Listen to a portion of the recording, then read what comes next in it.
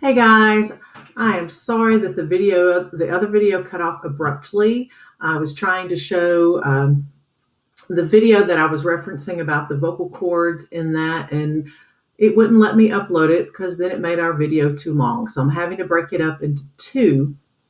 And I'm also going to just provide links to this video about the vocal cords that I talked about, which should be this. It's titled, How Do Vocal Cords Work When You Sing?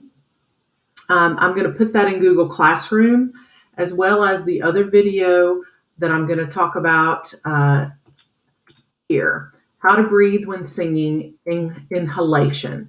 Both of those are going to be have links in Google Classroom for you, and I'll take you through that in our intro video. And I apologize for that, but this is going to be part 2 of lesson 1. This one will not be as long. We've already talked about the vocal anatomy. Then you can pause if you want to and go ahead and watch this video. It's really neat. It shows the vocal cords in action on camera when a girl is singing. So it's really cool. So if you want to pause and watch that, you can. But then I'm going to go on here, excuse me, to the elements of breathing. Breathing is very important when you sing. And here is a diagram that just shows you what happens when you take air in, or what's called inhalation. Okay, when you inhale air into your lungs, the diaphragm contracts or moves down.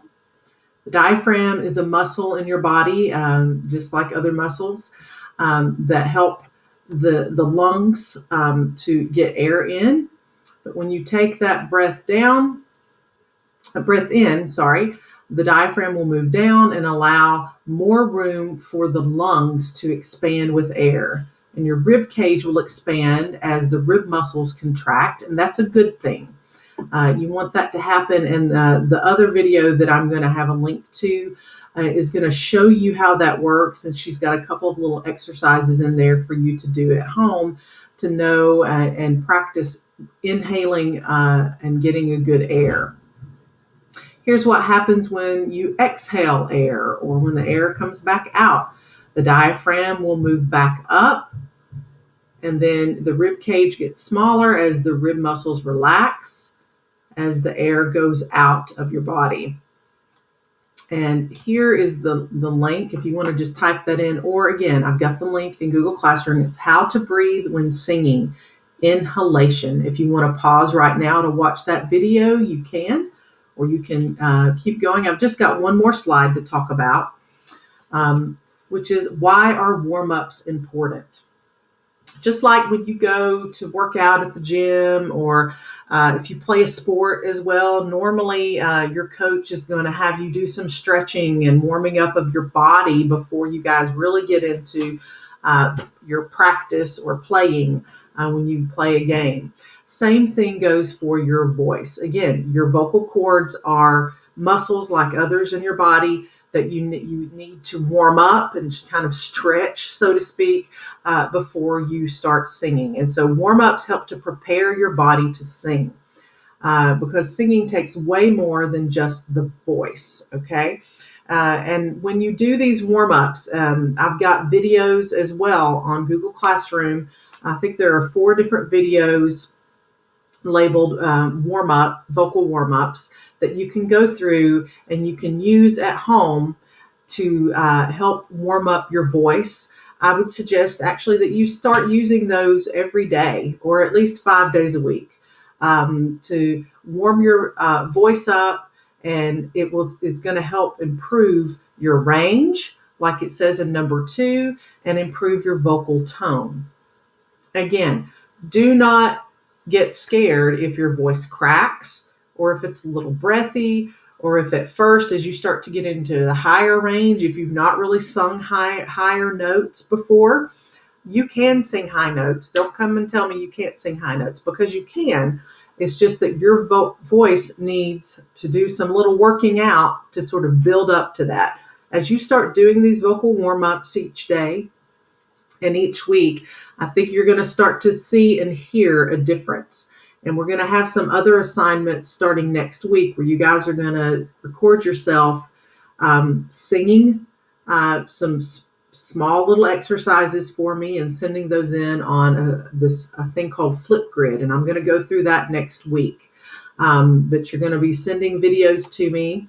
And of course, at any point, if you have questions or concerns, please don't hesitate to contact me either by email or through the Remind app. Send me a text. I will get back with you as soon as possible. Again, if I'm in class or with other students, I won't be able to answer you right away, but I will answer you as soon as I can, I promise. But warm-ups expand your range and improve your vocal tone. Again, it's practice, practice, practice. You've got to put in a little bit of work to make your voice better. And I hope you will see as we go through these warm-ups, as you start to use them, that you're going to start to notice a difference, okay? And number 3, warm-ups help us practice together as a team. Right now, we can't practice together, and you're going to be doing most all of your singing at home right now. But when we can come together as a chorus and be all together and sing together, the warm-ups, you'll notice that every day we will start our class with a warm-up session so that we can get our voices warmed up and ready to go and ready to learn the other songs and things that we're going to be doing when we finally come together. But so there we are. That's our first lesson.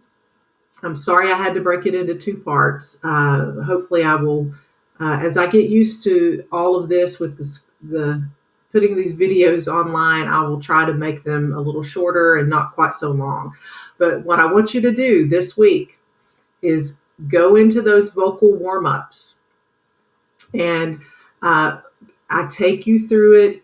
Hopefully you'll get the hang of it. If you have any questions about anything, and again, you're going to be doing these at home. You may want to warn your family that you're going to be singing and hearing some different sounds coming from your room. But I'm sure they'll understand if they know you love to sing and want you to get better.